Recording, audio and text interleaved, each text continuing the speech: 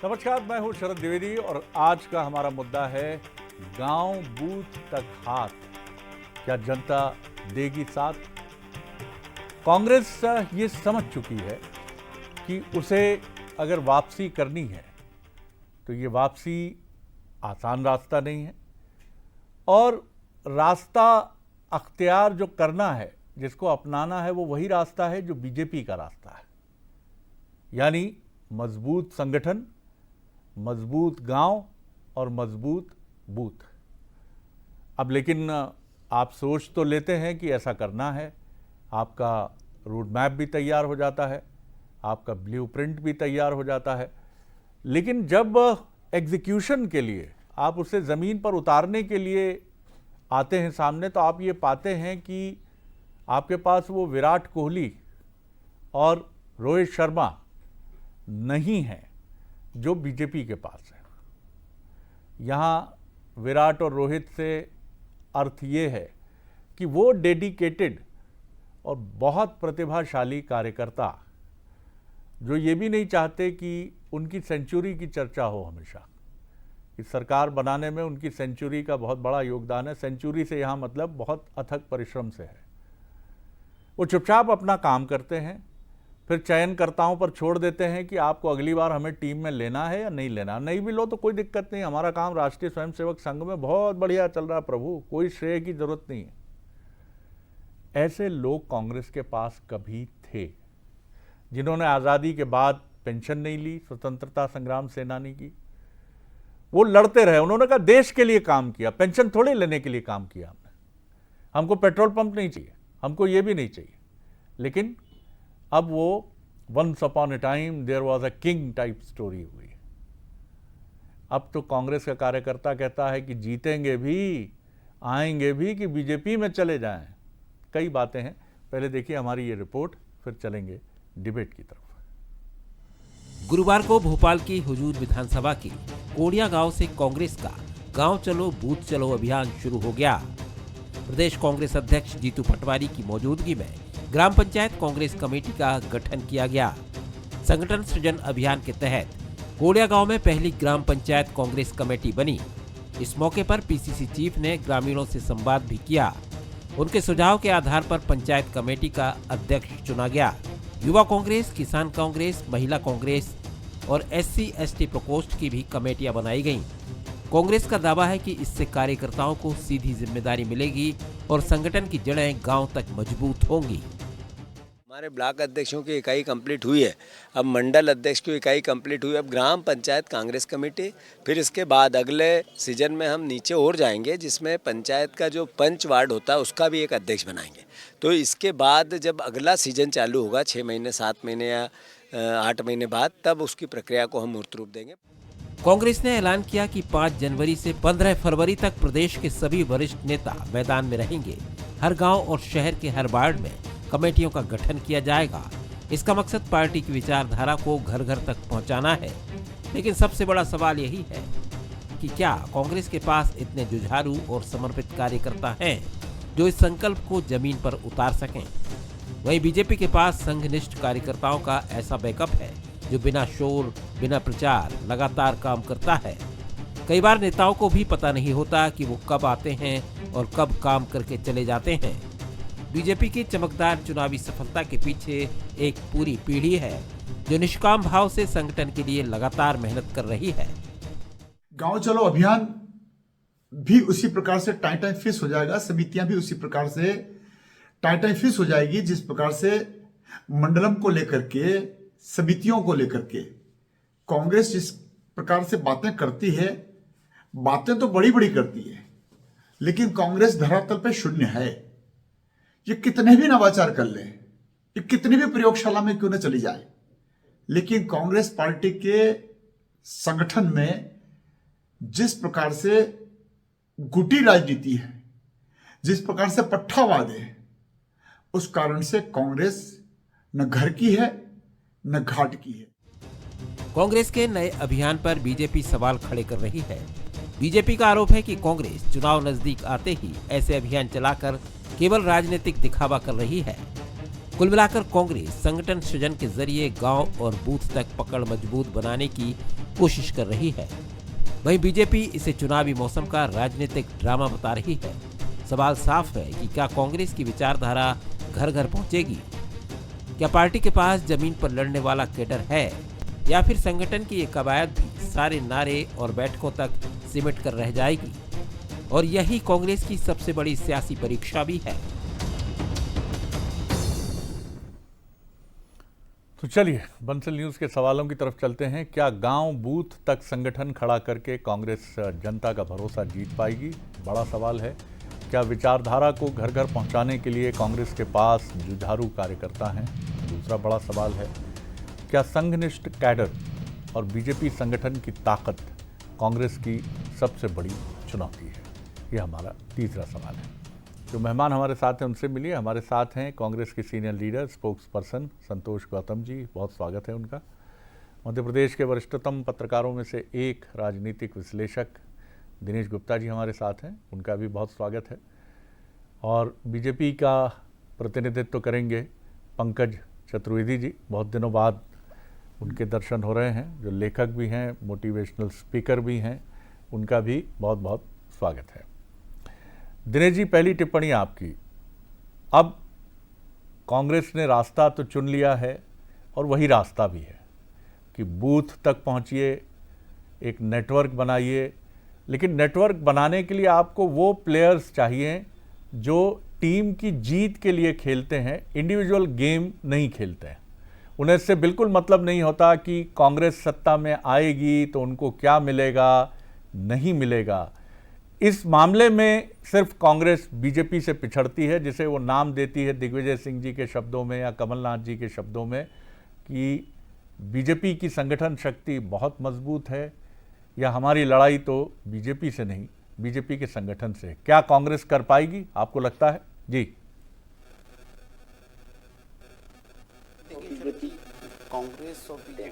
कांग्रेस में कार्यकर्ता की आवश्यकता नहीं है। कार्यकर्ता कांग्रेस को मजबूत नहीं करता, वहां मजबूत करता है नेता।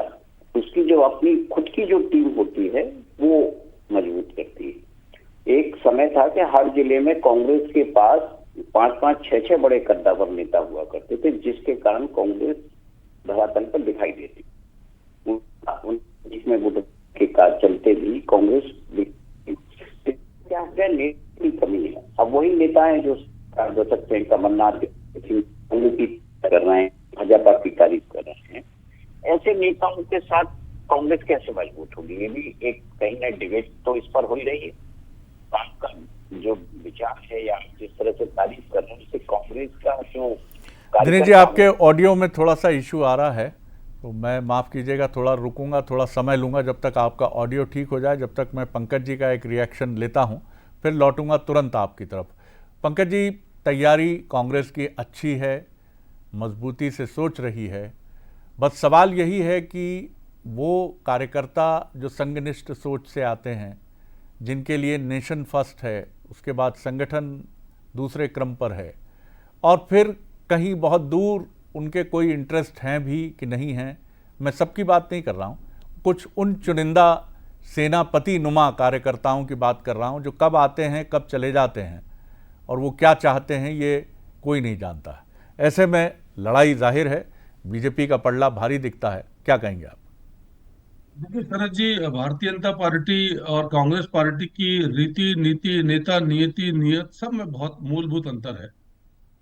आपकी पैकेज जो बात कर रही थी उसको थोड़ा और पुष्ट करूंगा कि भारतीय जनता पार्टी में शरद जी बहुत सारे ऐसे कार्यकर्ता जो निर्लिप्त भाव से संलिप्त हैं, यानी उनकी कोई अपेक्षा नहीं है, और आज भी उनके मन में इस बात को लेकर भाव और भावना है कि नहीं, हमारा जो मूल विषय है वो भारतीय जनता पार्टी की नीतियों को सबल सशक्त करना है। बहुत सारे शरद जी ऐसे कार्यकर्ता आपको भारतीय जनता पार्टी और भारतीय जनता पार्टी के विचार परिवार के मिलेंगे, जिनको प्रत्याशी कौन है, मतलब कौन कमल का प्रतिनिधित्व कर रहा है, उससे कोई वास्ता नहीं है।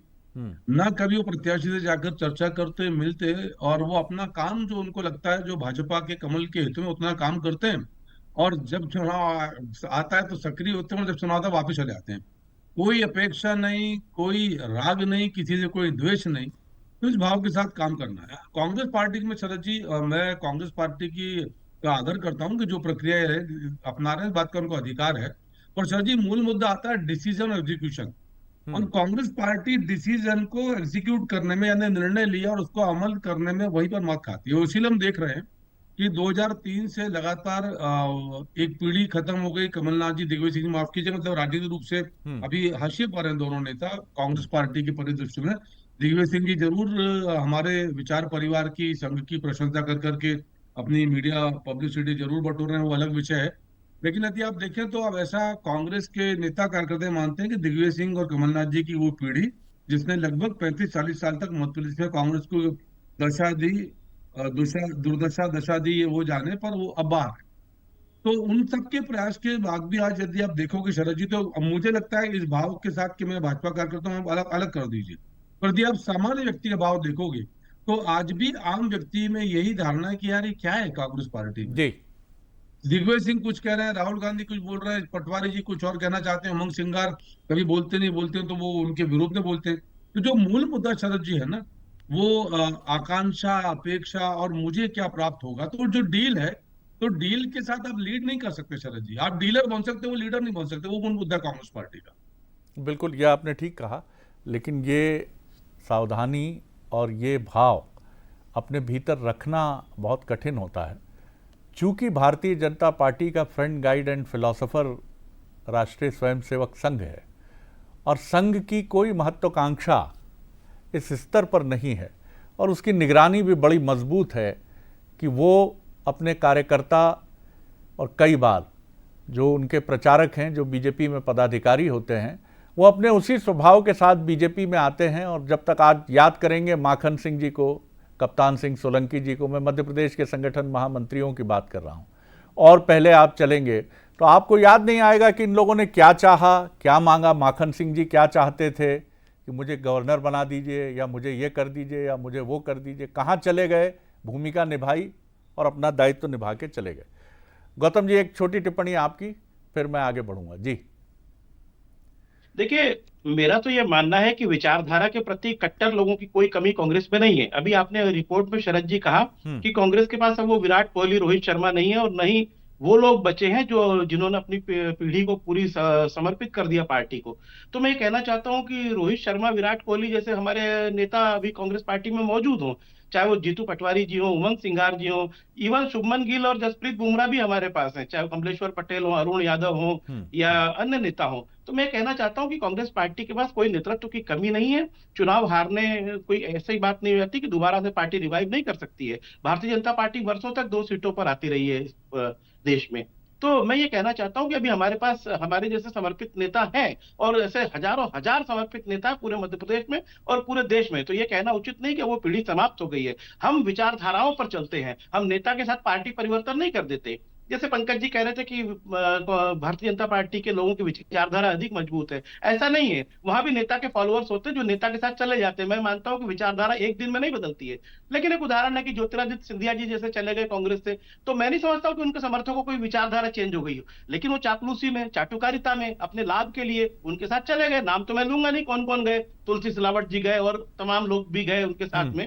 तो ऐसे कई लोग हैं। तो ऐसा नहीं है, नेता के साथ विचारधाराएं नहीं बदलती है, लेकिन चाटुकारिता, चापलूसी, व्यक्तिगत लाभ भी कुछ कारण होते हैं जिनके कारण लोग चले जाते हैं। मैं ये कहता हूं कांग्रेस पार्टी के पास खोने को कुछ नहीं है। कांग्रेस पार्टी अपने संगठन को मजबूत करने के लिए गांव चलो बूथ चलो जो अभियान चला रही है, इससे निश्चित रूप से कांग्रेस पार्टी को मजबूती मिलेगी। और चूंकि आज हमारी पार्टी कमजोर है, इस कारण यह मान लेना उचित नहीं है कि वो उसकी स्थिति सशक्त नहीं होगी।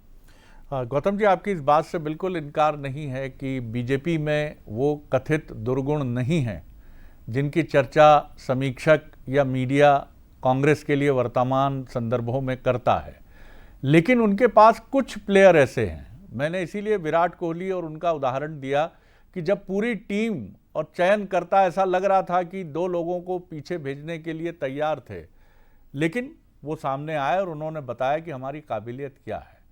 आपकी पार्टी कभी महात्मा गांधी से लेकर सरदार पटेल से लेकर जिन दिग्गजों से, और इतने ही बड़े वो लोग थे जिनके नाम गांधी, नेहरू और पटेल के बराबर नहीं आ पाए, लेकिन उनका कहीं कद कम नहीं था और उन्होंने कभी नहीं मांगा। दरअसल कोई भी पार्टी बढ़ती और पनपती इसी सोच से है, कोई भी खिलाड़ी भी इसी सोच से पनपता है कि I am a team man, individual कुछ नहीं। दिनेश जी, एक छोटा कमेंट आपका जी। नहीं, देखिए शरद जी, कांग्रेस गांव पर यदि फोकस कर रही है तो उसने एक अपना ठीक एक कोई रास्ता चुना है। लेकिन समस्या वही है कि जो नेताओं की पार्टी थी, आज उसके पास नेताओं की कमी है।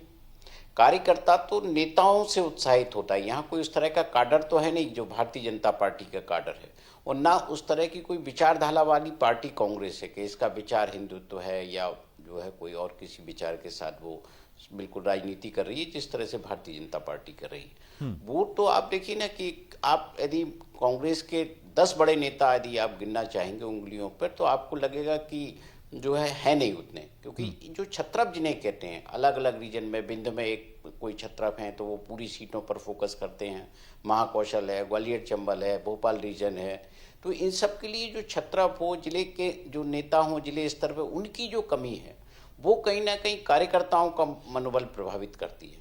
और कार्यकर्ता तभी मोटिवेट होता है जब उसके पास नेता होता है, क्योंकि उसको सीधा अप्रोच तो वहीं होता है, और कार्यकर्ता का वास्ता नेता से पड़ता है, बड़े नेताओं से कम पड़ता है, स्थानीय नेताओं से ज़्यादा पड़ता है। और कांग्रेस को भारतीय जनता पार्टी ने कहीं ना कहीं सबसे बड़ी चोट तो यही पहुंचाई कि उसके जो स्थानीय कद्दावर कार्य नेता थे उनको भारतीय जनता पार्टी में शामिल कर लिया। और अब ये रातों रात तो आप कोई नेता खड़ा नहीं कर सकते ना, कि जिसकी कोई क्रेडिबिलिटी हो, जिसका कोई वोट हो। तो एक शुरुआत कांग्रेस ने की है कि गांव चलना है, और गांव से ही हमेशा कांग्रेस पार्टी जीतती रही। आप 1993 में भी उसने वापसी की थी तो 5 हॉर्स पावर की मोटर से उसकी वापसी हुई थी। 2018 में भी वो जो सत्ता में आई तो कर्ज वापसी के मुद्दे के साथ सत्ता में आई थी। तो उसका राइट डायरेक्शन है, लेकिन लीडरशिप कितना उसको सपोर्ट कर पाती है, कितना कार्यकर्ता को मोटिवेट कर पाती, ये जो है अभी थोड़ा सा समय है, और उस वक्त की राजनीतिक परिस्थितियों पर बहुत सारा निर्भर करेगा जब चुनाव होगा। बिल्कुल, आपने बहुत दुरुस्त बात कही। दरअसल ये आपकी बात से जितना मैं समझ पाया कि कहानी नेतृत्व से शुरू होती है, और ये नेतृत्व ही है जो अनगढ़ को गढ़ता है, जो उसमें प्राण फूंकता है। कार्यकर्ता कौन बनाता है? लीडर बनाता है, नेतृत्वकर्ता बनाता है। जोश कौन भरता है कि आपको चाहे जान तन मन धन से समर्पित होकर काम करना है, क्यों करना है, इससे क्या सुख मिलता है। ये चीज़ें बड़ी गहरी हैं, 2025 में इन्हें समझना कठिन होगा। जहाँ, माफ़ कीजिएगा, मैं किसी राजनीतिक तंत्र या व्यवस्था की बात नहीं कर रहा हूँ, समाज के सभी क्षेत्रों में इस समय क्या चीज़ है हावी? अपना पेट हाहू, मैं न देखूं काहू। पंकज जी, सावधान आपको भी रहना है, क्योंकि संघ निश्चित तौर पर एक ऐसी अचूक, मैं कहूँगा एक व्यवस्था है जो कहीं अगर त्रुटि भी होती है तो दुरुस्त करके वो दूसरे अपने ऐसे व्यक्ति को भेजती है बीजेपी के पास कि लीजिए, पहले वाले ठीक है, कुछ चकाचौंध हो गई होगी, कोई बात नहीं, उनको हम फिर ले लेते हैं वापस और उनके दूसरे सेवा कार्यों में लगाते हैं, लेकिन ये पूरी ताकत से लगेंगे, निगरानी और सघन होगी। जी देखिए शरद जी, इस बात में कोई संदेह नहीं, भारतीय जनता पार्टी का जो विचार पुंज है, जो विचार परिवार है, वो राष्ट्रीय स्वयंसेवक संघ है, और हम लोग तो गर्व से कहते हैं स्वयंसेवक है, कोई दिक्कत का विषय है ही नहीं उसमें। सबसे बड़ा सवाल शरद जी ये है कि जिस विषय पर हम आज कांग्रेस के विषय पर चर्चा कर रहे हैं, कि ये सब विशेषताएं और विशिष्टताएं तो भारतीय जनता पार्टी के साथ हैं ही। और आपने बिल्कुल ठीक कहा, अभी जो अभी क्षण भर पहले आप जो बात कर रहे थे कि वहां व्यक्ति का महत्व नहीं शरद जी, वहां व्यवस्था का महत्व है। और कोई भी व्यक्ति आएगा वो उस जैसे बहुत स्पष्ट शरद जी कि आज के समय में मुझे भारतीय जनता पार्टी ने कार्यकर्ता के नाते दायित्व दिया है, मुझे प्रवक्ता के रूप में मीडिया में जब पार्टी बोले, जहां बोले वहां जाना है।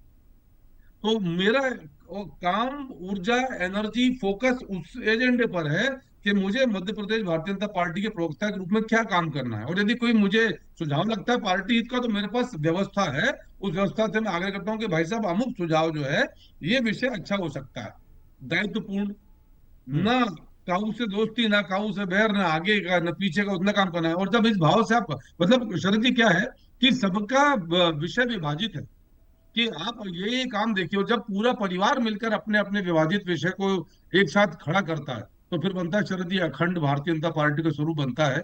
और उसका मूल भाव शरद जी यही जिससे मैंने प्रारंभ किया था कि हम सब निर्लिप्त भाव से संलिप्त है शरद जी। और मूल भाव क्या है कि भारतीय जनता पार्टी के पक्ष में, क्योंकि जो जिस विचारधारा पर भारतीय जनता पार्टी काम कर रही है, निश्चित तौर पे हिंदुत्व हमारा कोर है। तो हिंदुत्व क्या है सर? सबका साथ, सबका विकास, सबका प्रयास। वसुधैव कुटुंबकम, प्राणियों में सद्भावना, विश्व कल्याण, यही तो हिंदुत्व है। और वही भारतीय जनता पार्टी लेके चल रही। तो ये आज की संस्कृति नहीं है, हमको आदिकाल की जो सनातन संस्कृति है उसके साथ है। अभी कांग्रेस पार्टी ने शरद जी पिछले 20-22 साल में भांति भांति के प्रयोग कर ली, सारे प्रयोग जितने संभव थे, सारे घर के बदल भी डाले, तो भी नतीजा शरद जी क्या है? बिल्कुल टाइम फिश। गौतम जी, पंकज जी की बात जो है, मैं नहीं कहूँगा कि वो उसको नज़रअंदाज किया जा सकता है। आप एक ऐसी टीम से आपकी भिड़ंत है जिसके पास कम से कम 11 प्लेयर्स में से 8 बैटिंग कर लेते हैं, बहुत बढ़िया बॉलिंग भी कर लेते हैं, और बचे हुए जो 3 प्लेयर हैं वो भी ऐसे हैं कि अगर वो पुछल्ले बल्लेबाज के रूप में या नौसिखिए गेंदबाज के तौर पर आते हैं तब भी विकेट निकाल लेते हैं।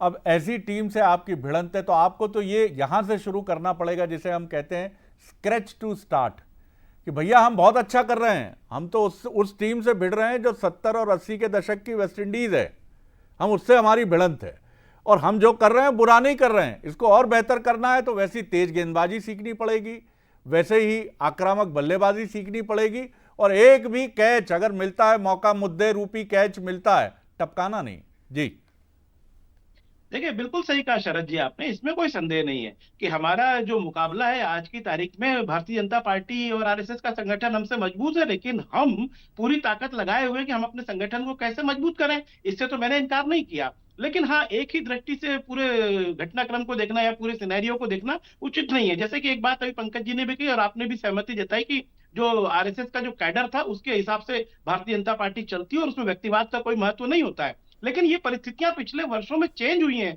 2014 के बाद से। अब व्यक्तिवादी व्यवस्था भारतीय जनता पार्टी में लागू हो गई है और केवल 2 ही व्यक्तियों की चल रही है। मैं नहीं समझता कि पंकज जी को भी पता होगा कि नितिन नवीन जो है वो राष्ट्रीय अध्यक्ष बनने जा रहे हैं, और मोहन भागवत को भी नहीं पता होगा। वो तो 2 लोगों को पता रहता है और नितिन नवीन बन जाते हैं, 2 लोगों को पता रहता है और मोहन भागवत बन जाते हैं। केवल 2 लोग हैं शरद जी। तो अब ये तो भूल जाइए कि संघ की चल रही है। संघ तो संजय जोशी को बनाना चाहता था, और भी नाम थे, नितिन गडकरी को बनाना चाहता है, लेकिन वो 2 लोग चाहेंगे तब ना, उनका पूंजीपति मित्र चाहेगा तब होगी व्यवस्था चेंज। तो अब तो पूरी तरह से व्यक्तिवाद भारतीय जनता पार्टी में हावी हो गया है और आरएसएस को भी नेपथ्य में धकेल दिया गया है। तो अब ये कहना बेईमानी है कि आरएसएस बहुत बड़ा कैडर उसका चल रहा है। और दूसरी तरफ सुन लीजिए शरद जी, मैं ये कह रहा हूं कि और दूसरी तरफ कांग्रेस में अब ये बात सही है कि चुनाव होते हैं संगठनात्मक, बाकायदा हर चीज होती है। आप देखिए कि जेपी नड्डा का भी लिए हुई चुनाव नहीं हुआ, ना नितिन नवीन के लिए चुनाव हुआ, पंकज चतुर्वेदी जी वोट ही नहीं डाल पाए कि राष्ट्रीय अध्यक्ष किसको बनाना है, विधायक लोग ये बता ही नहीं पाए कि हमको किसको मुख्यमंत्री कुछ कहना चाह रहे हैं, एक मैं 10 सेकंड से 10 सेकंड आप भी जवाब दीजिएगा। जी जी, संतोष जी ने ऐसे कहा कि संघ किसी और को राष्ट्रीय अध्यक्ष बनाना चाहते थे, उन्होंने संघ ने संतोष जी को बताया हो, मुझे आपको नहीं बताया हो। और दूसरा ये दो लोग की व्यवस्था शरद जी, कांग्रेस में पहले मम्मी और भैया थे, अब भैया और दीदी है, तो इसलिए संतोष भाई को वही द्विव्यक्ति व्यवस्था नजर आ रही है कि वही तय करते हैं। भारतीय जनता पार्टी संतोष भैया कार्यकर्ताओं के आधार पर किसी भी कार्यकर्ता को कभी भी कुछ दायित्व मिल सकता है। बहुत कम है, क्या होना चाहिए? ठीक है, बिल्कुल सही है, कांग्रेस का रास्ता गलत पहले भी नहीं था, लेकिन आप चूक कहाँ करते हैं? आपके भीतर से ही कुछ मीर जाफर और जयचंद आते हैं, आप ऐसा आरोप लगाते हैं कि हम उनकी वजह से पिछड़ गए, लेकिन ये सच नहीं है, पूरा सच तो बिल्कुल भी नहीं है, क्योंकि मेहनत आपकी जो है, नई पत्तियां आती हैं, पुरानी पत्तियां झड़ती हैं, और हर राजनीतिक दल में ऐसा नहीं है कि बीजेपी से लोग नहीं गए हैं। क्या होना चाहिए कांग्रेस को? लीडरशिप और कार्यकर्ता का ये जो गैप दिख रहा है, इसको भरने के लिए क्या करे कांग्रेस? एक और चीज होती है कि कांग्रेस पार्टी के बारे में कहा जाता है कि उसको कांग्रेस पार्टी ही हराती है, कोई दूसरा नहीं हराता है। तो जो बहुत सारी चीज़ें कही जाती हैं कि मीर जाफर से लेकर स्लीपर सेल तक या फिर फूल छाप कांग्रेसी तक, तो जब कांग्रेस पार्टी के लोग ये सोच लेंगे कि हमें अब सत्ता में वापसी करना है, 2018 में सोचा था और उन्होंने वापसी की, लेकिन 23 में जब कुर्ता फाड़ राजनीति होती है तो ये बताता है कि वो स्लीपर सेल कहीं ना कहीं एक्टिव थे, जिसके कारण कांग्रेस पार्टी को नुकसान होता है। सही शब्द दिनेश जी आपने उपयोग किया कि भाई हमें तो लूटा उन लोगों ने है जो हमारी ही पार्टी में बने रहे और अभी भी बने हुए हैं। और सबसे महत्वपूर्ण बात है कि ना गौतम जी जानते हैं, ना जीतू पटवारी जी जानते हैं, ना राहुल गांधी जी जानते हैं कि बगल में बैठा शख्स कौन है, ये किसका एजेंट है, ये डबल एजेंट है क्या, ये कहाँ सूचनाएं दे रहा है, क्या बता रहा है, क्यों बता रहा है। इसके लिए आपको एक बड़ा, एक मैसिव हंट से ज़्यादा आपको ये देखने की ज़रूरत है, ऐसी चीज़ें कहीं छिपती नहीं हैं। लेकिन कांग्रेस को समझना होगा कि भैया आपको जो लोग आपकी पार्टी में ही रह के, और वो पार्टी कभी नहीं छोड़ेंगे क्योंकि उनकी कद्र इसीलिए है कि वो कांग्रेस में बने हुए हैं और किसी और के लिए काम कर रहे हैं। ऐसे लोगों को पहचानना होगा, अपने मनोबल को ऊंचा रखना होगा और पूरी ताकत से ये लड़ने का मन इस तरह से बनाना होगा कि हाँ, बीजेपी से लड़ रहे हैं हम। आप जब अपने ताकतवर प्रतिद्वंदी से भिड़ते हैं तो बिल्कुल, ये मनोचिकित्सक भी कहते हैं, समीक्षक भी कहते हैं, ताकत आपकी भी बढ़ती है। लेकिन आप लड़ने का स्वांग ना करें, आप वास्तविक रूप से लड़ें, तब देखिए शायद कुछ बदले। 2026 में आप तीनों को पहले तो बहुत प्रणाम और शुभकामनाएं, और आपके राजनीतिक उत्कर्ष के लिए भी आप दोनों ही दलों को बहुत बहुत शुभकामनाएं। बहुत धन्यवाद। और आगे देखिए नए साल का नया इंटरव्यू मुख्यमंत्री डॉक्टर मोहन यादव से, एक्सक्लूसिव बातचीत। नमस्कार।